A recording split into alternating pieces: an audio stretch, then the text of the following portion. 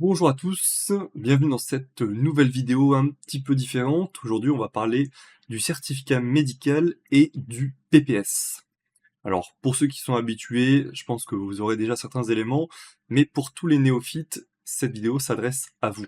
Si vous êtes habitué aux courses chronométrées, vous avez déjà dû fournir un certificat médical pour pouvoir y participer. Ça, c'était en tout cas d'actualité jusqu'au 1er septembre de l'année dernière où tout a changé puisque c'est la fin officielle du certificat médical obligatoire pour toutes les inscriptions aux courses en France. Et maintenant, c'est le PPS, donc le parcours prévention santé, qui va prendre le relais. Donc dans cette vidéo, je vais vous expliquer un petit peu ce que c'est le PPS, comment l'obtenir, et pourquoi finalement c'est plutôt une bonne nouvelle pour nous les coureurs, ou en tout cas ce que ça implique également. Donc tout d'abord, pourquoi la fin du certificat médical? Déjà, le certificat médical, c'était un passage obligé chaque année pour les coureurs. Donc ça permettait de vérifier qu'on était en bonne santé avant de prendre le départ d'une course, donc avec son médecin traitant, même si c'était un processus qui pouvait être relativement contraignant, surtout pour ceux qui participent déjà régulièrement à des événements sportifs. Voilà, donc le passage chez le médecin, il n'était pas forcément toujours nécessaire en l'absence de pathologies spécifiques. Je pense par exemple à des pathologies pour le coureur qui peuvent être du type syndrome de l'essuie-glace, périostite, etc.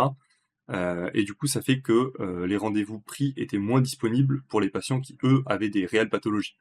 Et ça, surtout à l'approche de la rentrée scolaire, puisque généralement les licences sportives se prenaient à partir de la rentrée, et donc tout le monde prenait les rendez-vous médicaux en même temps.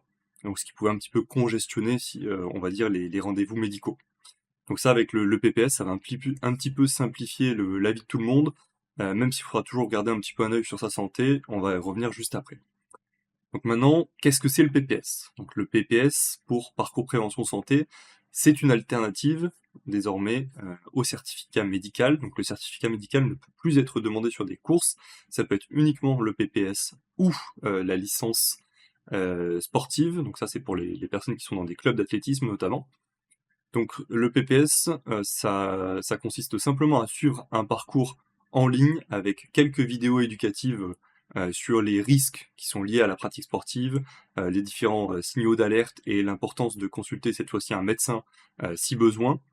Et après avoir visionné l'ensemble de ces vidéos, ça je vous montrerai par la suite, vous allez recevoir une attestation qui est valable 3 mois à fournir lors de l'inscription à votre course. Donc si par exemple aujourd'hui on est le 12 mars, vous voulez participer à une course qui est en août, ben, il faudra attendre que vous soyez dans la fenêtre de temps de 3 mois avant votre course. Maintenant, qui est concerné par ce PPS? Et ben, à partir de septembre 2024, ce sont tous les participants majeurs qui devront passer par le PPS pour les inscriptions. Et comme je vous ai dit juste avant, seuls les licenciés FFA et les mineurs conserveront donc les anciennes modalités d'inscription. À savoir que ça peut aussi évoluer dans le temps, bien sûr. Donc l'objectif, c'est de rendre évidemment le sport plus accessible, tout en sensibilisant aux différents risques pour la santé. Voilà, donc maintenant je vais vous montrer concrètement comment on peut obtenir le certificat PPS. Donc vous allez sur pps.athlé.fr, vous allez rentrer la date de votre prochaine course, donc toujours garder en tête que la course doit être tous les 3 prochains mois, donc inutile d'aller rentrer une course par exemple au mois d'août, ça ne fonctionnera pas. Voilà, c'est trop tôt. Donc maintenant on va simuler le PPS pour le marathon de Paris par exemple, qui a lieu le 13 avril. Vous rentrez la date, vous appuyez sur suivant, vous rentrez vos informations. J'ai utilisé une identité fictive ici, c'est pas le plus important. Vous cliquez sur démarrer. Vous avez ensuite une première vidéo sur les risques cardiovasculaires. Voilà, en fin de vidéo, vous avez un petit récapitulatif et ensuite une box à cliquer. Vous certifiez que vous avez bien compris et lu notamment les règles en question. Je vous invite à aller les lire en détail. Je vais faire la même chose du coup pour l'étape 2 sur les facteurs de risque, l'étape 3 les précautions et les recommandations, et on se retrouve à l'étape 4.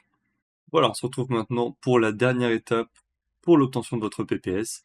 Vous avez donc uniquement à cliquer sur cette dernière box ici, celle-ci si vous souhaitez recevoir des informations de la FFA, ce qui n'est pas obligatoire, et vous cliquez ensuite sur finaliser. Vous avez ensuite votre certificat qui sera envoyé. et ensuite un numéro à utiliser pour les 3 prochaines courses. Donc vous avez vu ici qu'il est valide jusqu'au 12 juin 2025, soit les 3 prochains mois. Voilà, j'espère que cette vidéo aura été un petit peu plus claire sur l'obtention du PPS, à savoir qu'est-ce que c'est, pourquoi il remplace le certificat médical, à savoir comment je tourne cette vidéo, s'il est possible que dans les prochains mois ou dans les prochaines années, ça évolue également, mais j'espère que ça aura pu vous apporter des pistes et que ce sera plus clair pour vous inscrire à vos prochaines courses. N'hésitez pas à me dire ce que vous en avez pensé en commentaire, j'y répondrai évidemment avec grand plaisir et je vous dis à très bientôt.